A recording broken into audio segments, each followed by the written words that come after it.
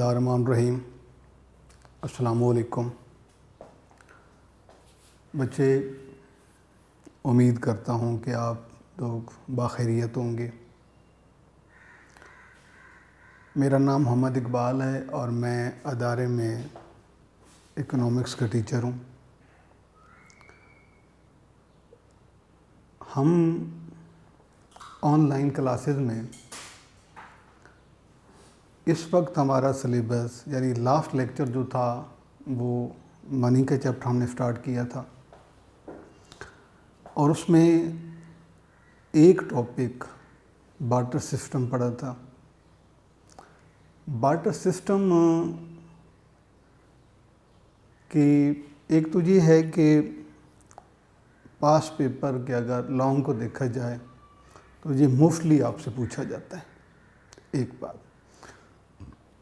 دوسری بات یہ ہے کہ ہم آج کے دور میں جب ہم مانیٹری ایج کو پڑھتے ہیں تو وہ ہمیں پہلے اچھی طرح سمجھ میں آ جاتا ہے، کیونکہ ہم جب ایک دفعہ یہ بتاتے ہیں نا کہ جب پیسہ نہیں ہوتا تھا، when there was no concept of, there was no medium of exchange، ایسا زمانہ جس میں اشیاء کے لین دین کے لیے، ان کو خریدنے بیچنے کے لیے روپے پیسے کا استعمال نہیں ہوتا تھا۔